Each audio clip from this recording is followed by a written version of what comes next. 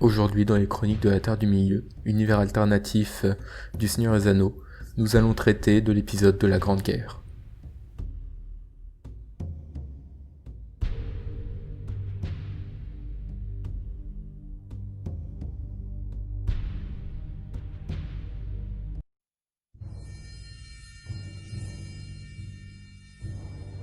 Durant l'année 1983 du Troisième Âge, de troublantes rumeurs se font entendre au Harad. Villages et tribus entières auraient disparu. La peur commence à gagner les peuples du Sud. Les villes se ferment et refusent les voyageurs, et même leur propre peuple. Mais cela n'est que le début. Alors que beaucoup se croyaient en sécurité dans les villes du Sud, voilà qu'une maladie fait son apparition à Umbar. Les morts se comptent par centaines, puis par milliers, en moins d'une semaine. Est-ce la peste ? Nul ne le sait. Pourtant, celle-ci avait fait des ravages il y a 3 siècles, ravageant le royaume du Gondor et de l'Arnor. Mais cette fois, c'était différent.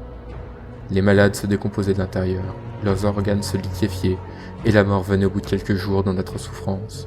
Le plus grand danger est que la malade ne montrait aucun symptôme, si ce n'est les paralysies de douleur après que la maladie l'ait pris depuis 3 jours, mais qui donc a eu le temps de se propager à d'autres.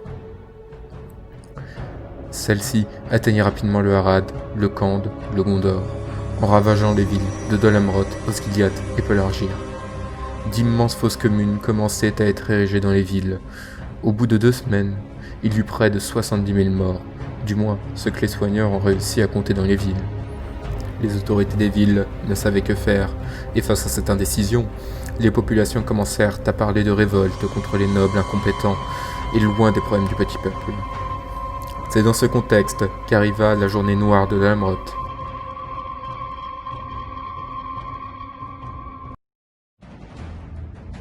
En effet, depuis plusieurs jours, des crieurs commençaient à accuser les elfes de Lindon de profiter de la maladie.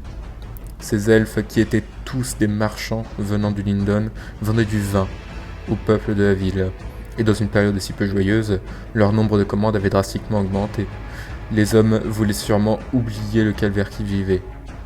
Mais les elfes, étant devenus riches en restant confinés sur un navire, ils n'étaient pas atteints par la maladie, et nombreux furent ceux qui commencèrent à les accuser de profiter de cette situation désastreuse.